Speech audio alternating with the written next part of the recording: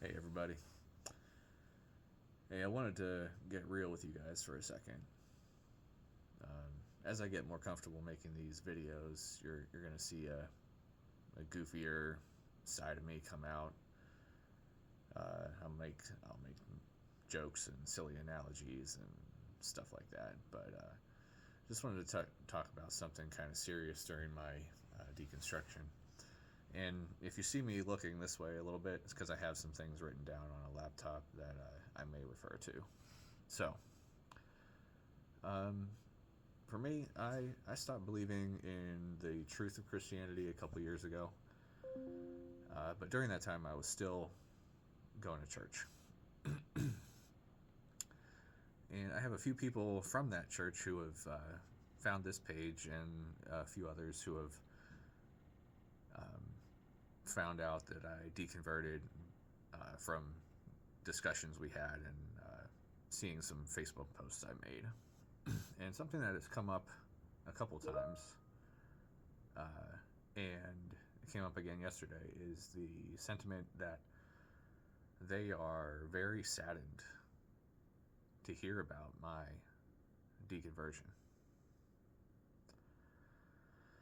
And I just wanted to say, and they'll say like stuff like, you just need to trust God, and you're leading your family into dangerous territory.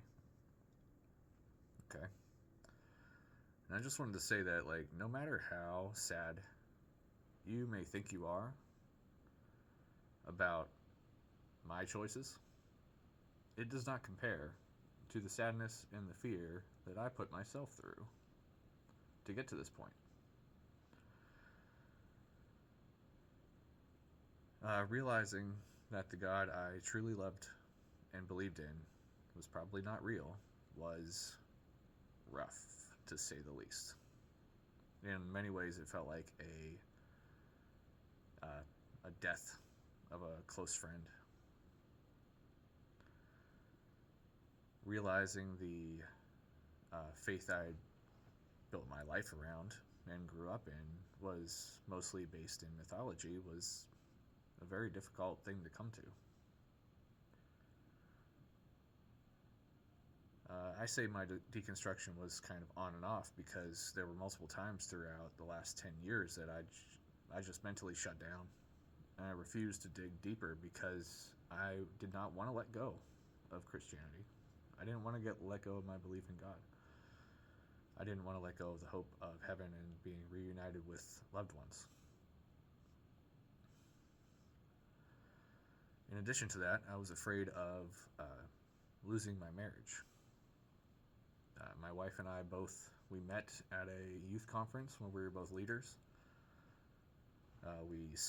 We bonded in young adult groups, and we served together on the church in various capacities. She was on the worship team. I was on various other teams, but we taught like Sunday school together. And I had seen deconversion and deconstruction end other marriages, and I didn't want that for me because I truly love her and I don't want to leave. And I didn't want to leave my kids without their dad living in their house and stuff like that. It was a real fear, and we're good at this point. But leading up to that first conversation, it was pretty scary for me.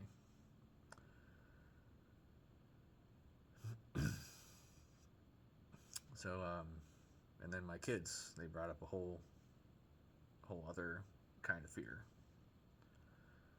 I What if I was leading them astray?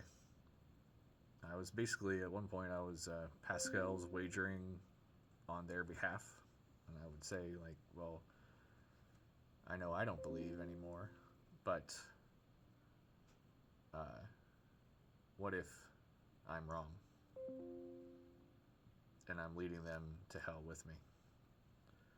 And I love them very much. I don't want to see them suffer, especially not for a mistake that I made. So I really wrestled with this. I dug deep into the theology and the apologetics and history, and I don't don't find them to be convincing anymore. And as time went on, I found the logic of Christianity to be not worth its salt. So eventually those fears lessened, but there was a long time where I was afraid that I was doing the wrong thing.